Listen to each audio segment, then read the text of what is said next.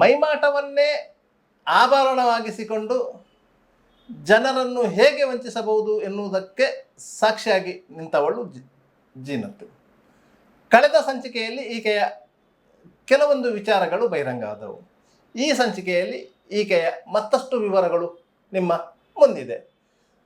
ಪತ್ರಕರ್ತರಾಗಿರುವಂಥ ದತ್ತಾತ್ರೇಯ ಹೆಗಡೆ ಅವರು ಆ ಬಗ್ಗೆ ಬೆಳಕು ಚೆಲ್ಲಿದ್ದಾರೆ, ನೋಡಿ. ಅವರು ಈ ಕಂಪ್ಲೇಂಟನ್ನು ಕೊಡ್ತಾರೆ, ಮರುದಿನ ರಾತ್ರಿನೇ ಕೊಟ್ಟಿರ್ತಾರೆ, ಮರುದಿನ ಅಷ್ಟೊತ್ತಿಗೆ ಅರೆಸ್ಟ್ ಆಗಿರ್ತಾರೆ. ವಿತ್ ಎವಿಡೆನ್ಸ್ ಕೊಟ್ಟಿದ್ದಾರೆ ಇದಕ್ಕೆ ಸಂಬಂಧಪಟ್ಟಂತೆ ಎಲ್ಲ ಟ್ರಾನ್ಸಾಕ್ಷನ್ ಎವಿಡೆನ್ಸ್ಗಳು.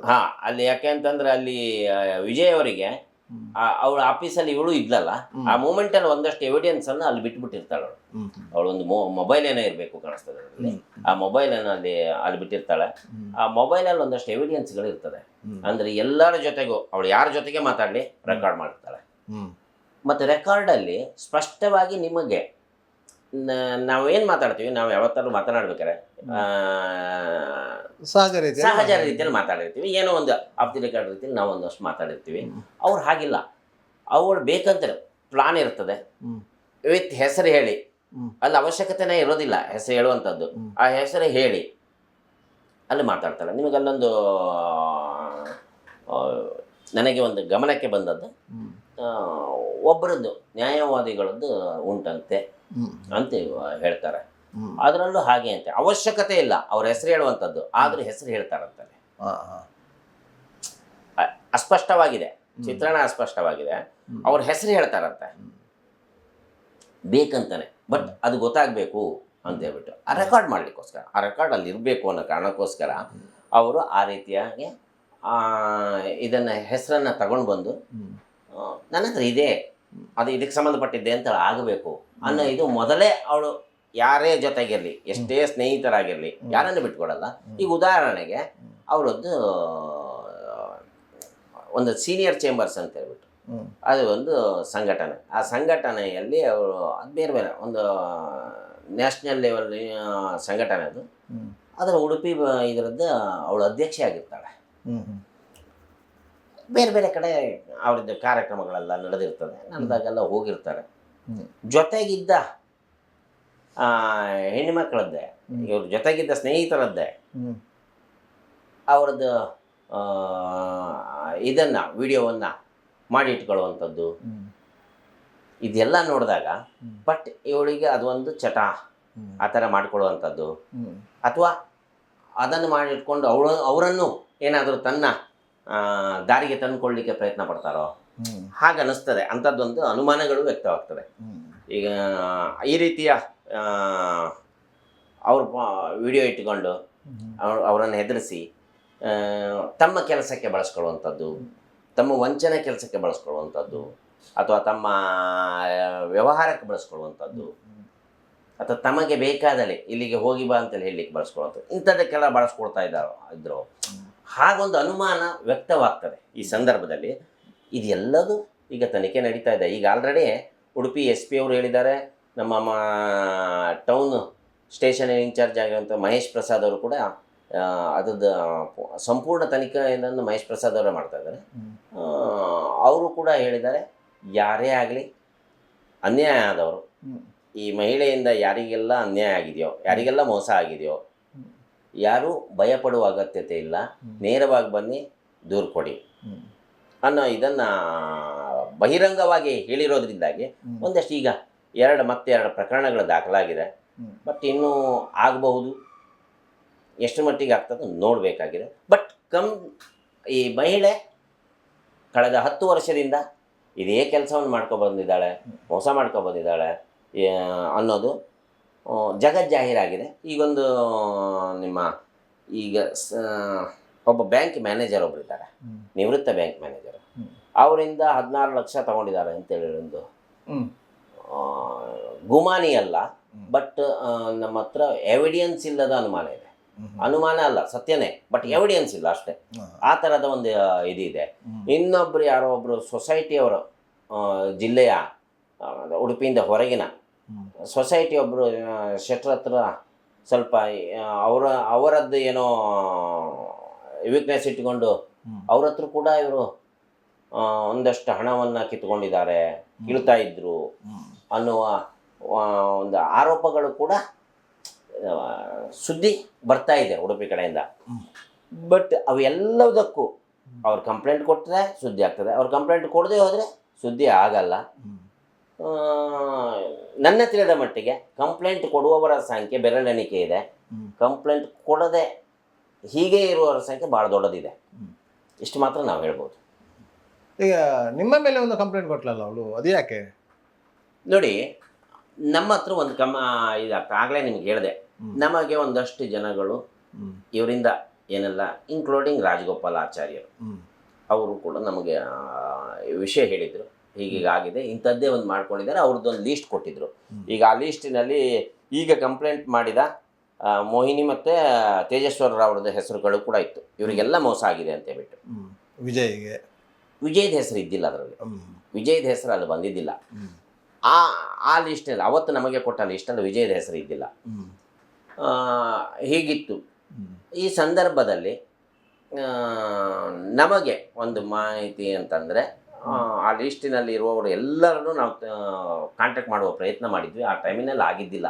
ಒಂದಷ್ಟು ಜನರಿಗೆ ಮಾತಾಡಿದ್ವಿ. ನಮಗೆ ಅವ್ರು ಹೌದು ಅಂತಂದ್ರೆ, ಕೆಲವರು ಎದುರುಗಡೆ ಬರಲಿಕ್ಕೆ ರೆಡಿ ಇದ್ದಿಲ್ಲ, ಕೆಲವರು ಎದುರುಗಡೆ ಬರಲಿಕ್ಕೆ ರೆಡಿ ಇದ್ದರು. ಬಟ್ ಅವ್ರ ಹತ್ರ ಸರಿಯಾದ ಸಾಕ್ಷ್ಯಗಳು ಅಥವಾ ಅವರಿಗೆ ಬೇಕಾದಂತಹ ಇದು ಇದ್ದಿಲ್ಲ. ಹಾಗಾಗಿ ಅಲ್ಲಿಯವರೆಗೆ ಯಾರೂ ಕೂಡ ಇವರ ವಿರುದ್ಧ ಇದಕ್ಕೆ ಕೇಸಿಗೆ ಹೋಗುವಂಥದ್ದಾಗಲಿ ಇದು ಯಾವುದೂ ಮಾಡಿದ್ದಿಲ್ಲ, ಕಂಪ್ಲೇಂಟ್ ಕೊಡೋದು ಅಂಥದ್ದು ಮಾಡಿದ್ದಿಲ್ಲ. ಮಾಡುವ ಪ್ರಯತ್ನವನ್ನು ಮಾಡ್ತಾ ಇದ್ರು. ಇದೇ ರಾಜಗೋಪಾಲಾಚಾರ್ಯ ಪ್ರಯತ್ನ ಮಾಡಿದ್ರು, ಬಟ್ ಆಗಿದ್ದಿಲ್ಲ. ಯಾಕೆ ಅಂತಂದರೆ, ಪೊಲೀಸ್ ಠಾಣೆಯಲ್ಲಿ ಇವರು ಯಾವುದೇ ಪ್ರಕರಣ ದಾಖಲಾಗಬೇಕಾದ್ರೂ ಕೂಡ ಒಂದಷ್ಟು ನಿಯಮಗಳಿದೆ. ಅದು ಸಾಕ್ಷ್ಯಗಳು ಬೇಕು. ಹಾಗೆಯೇ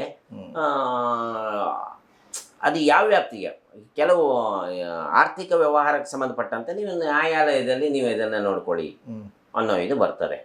ಈ ಎಲ್ಲ ಕಾರಣದಿಂದಾಗಿ ಅಲ್ಲಿ ಅಷ್ಟು ಇವರಿಗೆ ಇದಾಗಿದ್ದಿಲ್ಲ. ಬಟ್ ಯಾವಾಗ ಇವರ ವಿಚಾರವನ್ನು ನಾವು ಇದರಲ್ಲಿ ತಗೊಳ್ತೀವಿ ನೋಡಿ, ತಗೊಳ್ತೀವಿ, ಆ ವಿಚಾರ ತಗೊಂಡಾಗ ಸೆನ್ಸೇಷನ್ ಆಗ್ತದೆ. ಇಡೀ ಉಡುಪಿ ಒಮ್ಮೆ ವೈಬ್ರೇಷನ್ ಆಗ್ತದೆ. ಉಡುಪಿಯಲ್ಲಿ ಒಂದಷ್ಟು ಕಿರಿಕಿರಿಗಳು, ಕೋಲಾಹಲಗಳು ಬರ್ತದೆ. ನಮಗೂ ಕೂಡ ಒಂದಷ್ಟು ಥ್ರೆಟಿಂಗು ಇದು ಎಲ್ಲ ಬಂದು, ನಾನು ಇಲ್ಲ ಅಂತಲ್ಲಿ ಹೇಳ್ತಾ ಇಲ್ಲ. ತಕ್ಷಣವೇ ಇದೇ ಜೀನಾಥ್, ಯಾಕೆ ಅಂತಂದರೆ, ಈಗ ಆ ನ್ಯೂಸನ್ನು ನಾನು ಮಾಡಿದ್ದೆ, ಅದು ಅವರಿಗೆ ಗೊತ್ತಾಗಿತ್ತು. ಯಾಕೆ ಅಂತಂದರೆ ಈಗ ನಾನು ಈ ಪ್ರಕರಣಕ್ಕೆ ಸಂಬಂಧಪಟ್ಟಂತೆ ಯಾರ ಹತ್ರ ಎಲ್ಲ ಫೋನ್ ನಾವು ಮಾತನಾಡಿದ್ವೋ ಅದರಲ್ಲೇ ಯಾರೋ ಒಬ್ಬರು ಅವ್ರಿಗೂ ಅವ್ರ ಜೊತೆಗೆ ಚೆನ್ನಾಗಿದ್ದರು, ಅವ್ರಿಗೆ ಹೇಳ್ತಾ ಇದ್ರು ಕಾಣಿಸ್ತದೆ. ಹಾಗಾಗಿ ನಮ್ಮ ಹೆಸರು ಕೂಡ ಅವ್ರಿಗೆ ಗೊತ್ತಾಯಿತು. ಅವ್ರು ಏನು ಮಾಡ್ತಾರೆ ಅಂತಂದರೆ ಥ್ರೆಟಿಂಗ್ ಮಾಡ್ತಾರೆ. ಸೆಕೆಂಡು, ನನ್ನ ಇವರು ರಾಜಗೋಪಾಲಾಚಾರ್ಯವರ ಮಿಸಸ್ ಅವರು ಮತ್ತು ನಾನು ಮತ್ತೊಬ್ಬರು ಮೋಹನ್ ಅಂತ ಹೇಳ್ಬಿಟ್ಟು ಯಾರೊಬ್ಬರು, ಇದಿಷ್ಟು ಜನರ ಮೇಲೆ ಅವರು ಕಂಪ್ಲೇಂಟ್ ಕೊಡ್ತಾರೆ. ಆ ಕಂಪ್ಲೇಂಟಲ್ಲಿ ಅವರು ರಾಜಗೋಪಾಲಾಚಾರ್ಯರವರು ಅತ್ಯಾಚಾರಕ್ಕೆ ಪ್ರಯತ್ನ ಪಟ್ಟರು, ಅತ್ಯಾಚಾರ ಮಾಡಿದ್ರು ಅಂತನೋ ಪ್ರಯತ್ನ ಪಟ್ಟರು ಅಂತನೋ ಅದೊಂದು ಮಾಡಿರ್ತಾರೆ, ಬಲವಂತ ಮಾಡಿರ್ತಾರೆ ಅಂತ ಹೇಳ್ತಾರೆ. ಹಾಗೆ ನಮ್ಮ ವರದಿಗಾರ, ಕರಾವಳಿ ಮಾನತದ ವರದಿಗಾರ ಇದ್ದಾರೆ, ಅವರಿಗೆ ನೀವು ಬೇಕು, ಅವರಿಗೂ ನೀವು ಅವರನ್ನು ಸಂತುಷ್ಟಗೊಳಿಸಬೇಕು, ಹಾಗೆ ಹೀಗೆ ಅಂತೆಲ್ಲ ಹೇಳಿ ನಮಗೆ ಥ್ರೆಟ್ ಕೊಟ್ಟಿದ್ದಾರೆ ಅಂತ ಹೇಳ್ಬಿಟ್ಟು ಆ ಇದರಲ್ಲಿ ಕಂಪ್ಲೇಂಟಲ್ಲೇ ಅವರದ್ದು ಇರ್ತದೆ, ಅವ್ರದ್ದು ಎಲ್ಲ ಬಂದಿರ್ತದೆ ಅದರಲ್ಲಿ. ಸರಿ, ಆ ಕಂಪ್ಲೇಂಟ್ ಯಾರು ಇಷ್ಟೆಲ್ಲ ಲಫಡ ಏನು ಮಾಡ್ತಾಯಿದ್ರು, ವಂಚನೆ ಮಾಡ್ತಾಯಿದ್ರು, ಅವರು ಸುಳ್ಳು ಫೇಕ್ ಕಂಪ್ಲೇಂಟನ್ನು ಅಲ್ಲಿ ತಗೊಂಡೋಗಿ ಕೊಟ್ಟಿರ್ತಾರೆ. ಕಂಪ್ಲೇಂಟ್ ಆಯಿತು, ಏನು ಏನು ನಿಯಮಗಳ ಅನುಸಾರ ನಾವು ಅದಕ್ಕೆ ಏನೆಲ್ಲ ಮಾಡ್ಕೊಳ್ಬೇಕು, ಜಾಮೀನು ಮಾಡ್ಕೊಳ್ಬೇಕು, ಅದರ ಪ್ರಕಾರ ನಾವು ಮಾಡ್ಕೊಂಡಿವಿ. ಅದೆಲ್ಲ ಆದ ನಂತರ ಅವ್ರ ಹತ್ರ ಸಾಕ್ಷ್ಯಗಳಿರಲಿಲ್ಲ. ಅದನ್ನು ಈ ಸಾಕ್ಷ್ಯಗಳನ್ನು ಕೊಡಬೇಕಲ್ವಾ. ಈಗ ಕೆಲವು ಸಾಕ್ಷ್ಯಗಳು, ಡಿಜಿಟಲ್ ಸಾಕ್ಷ್ಯಗಳು ಬೇಕು. ಈಗ ಉದಾಹರಣೆಗೆ ಅಟ್ಲೀಸ್ಟ್ ಒಟ್ಟಿಗಿರುವಂಥ ಮೊಬೈಲ್ ಲೊಕೇಶನ್ನು, ಅಥವಾ ಇನ್ನೇನಾದರೂ ಸಿ ಸಿ ಕ್ಯಾಮ್ರಾಗಳು ಆಫೀಸಲ್ಲಿ ಅಂತಲೇ ಹೇಳಿದ್ರು. ಆಫೀಸಲ್ಲಿ ಇದ್ದರೆ ಸಿ ಸಿ ಕ್ಯಾಮ್ರಾದಲ್ಲಿ ಬಂದಿರಬೇಕಲ್ಲ ಅವರಿಗೆ. ಹಾಗೆಲ್ಲ ಆಗಿರ್ತದೆ. ಅದು ಯಾವುದು ಅವರಲ್ಲಿ ಇಲ್ಲದೇ ಇರುವಾಗ ಮತ್ತೆ ಆ ಪ್ರಕರಣಕ್ಕೆ ಅವಳೇ ಬರೆದು ಕೊಡ್ತಾಳೆ, ಮತ್ತು ಬಿ ರಿಪೋರ್ಟ್ ಕೂಡ ಆಗಿರ್ತದೆ. ಆ ಪ್ರಕರಣ ಅಲ್ಲಿಗೆ ಮುಕ್ತಾಯಗೊಂಡಿರ್ತದೆ. ಅದರ ನಂತರ ಮೋಹಿನಿ ಅಲ್ಲ, ರಮಾದೇವಿ ಅನ್ನೋರು ಒಂದು ಕಂಪ್ಲೇಂಟ್ ಕೊಡ್ತಾರೆ. ಅವರಿಗೆ ನಾವು ಮನೆ ಕೊಡಿಸ್ತೀನಿ ಅಂತ ಹೇಳ್ಬಿಟ್ಟು ಒಂದು ಮನೆಯನ್ನು ತೋರಿಸಿ, ಯಾರಿದ್ದೋ ಮನೆಯನ್ನು ತೋರಿಸಿ, ಅವರ ಕಂಪ್ಲೇಂಟಲ್ಲಿ ಇರುವಂಥದ್ದು ಯಾರಿದ್ದೋ ಮನೆಯನ್ನು ತೋರಿಸಿ, ಆ ಮನೆಯನ್ನು ಅಡ್ವಾನ್ಸ್ ತೊಗೊಂಡು ಮತ್ತೆ ದುಡ್ಡು ತೊಗೊಂಡು ಕೊಡಿಸ್ತೀನಿ ಅಂತೇಳಿ ಆ ಮನೆಯನ್ನು ಕೊಡಿಸಿದೆ, ದುಡ್ಡು ವಾಪಸ್ ಕೊಟ್ಟಿಲ್ಲ ಅನ್ನೋದು ಅವರದ್ದು ಆರೋಪ ಆಗಿತ್ತು, ಕಂಪ್ಲೇಂಟ್ ಆಗಿತ್ತು. ಎಲ್ಲಿ ಟೌನಿಗೆ? ಇಲ್ಲ, ಮಣಿಪಾಲ್ ಪೊಲೀಸ್ ಠಾಣೆ. ಅವ್ರದ್ದು ಮಣಿಪಾಲ್ ಪೊಲೀಸ್ ಠಾಣೆ ವ್ಯಾಪ್ತಿ ಬರ್ತದೆ, ಅಲ್ಲಾಗಿರ್ತದೆ. ಅದು ಆ ಪ್ರಕರಣದಲ್ಲಿ ಅವರು ಅರೆಸ್ಟ್ ಆಗ್ತಾರೆ. ಮತ್ತು ಆ ನಂತರದ ಪ್ರಕ್ರಿಯೆಗಳು ನಿಮಗೆ ಗೊತ್ತಿದೆ, ನಡೀತಾನೆ ಇರ್ತದೆ. ಈಗ ಮೊನ್ನೆ ಮತ್ತೊಮ್ಮೆ ಅದೇ ಜೀನತ್ ಅರೆಸ್ಟ್ ಆಗಿದ್ದಾಳೆ, ವಿಜಯ್ ಅವರು ಕೊಟ್ಟ ಕಂಪ್ಲೇಂಟ್ ಆಧಾರದಲ್ಲಿ. ಬಟ್ ಈ ಸರಿ ವಿಜಯ್ ಅವರು ಕಂಪ್ಲೇಂಟ್ ಕೊಟ್ಟಿದ್ದು ಬಹಳ ಒಳ್ಳೆಯದಾಗಿದೆ. ಏನೇ ಇರಲಿ, ಅವರು ಏನೇ ಜೊತೆಗಿರಲಿ, ಒಟ್ಟಿಗಿರಲಿ, ಬಟ್ ಆ ಜೊತೆಗಿರೋದ್ರಿಂದ ಅವಳಿಗೆ ಸಂಪೂರ್ಣ ಹಿಸ್ಟ್ರಿ ಅವ್ರಿಗೆ ಗೊತ್ತಾಯ್ತು. ಅವಳದ್ದು ಏನೇನು ಮಾಡ್ತಾ ಇದ್ಲು,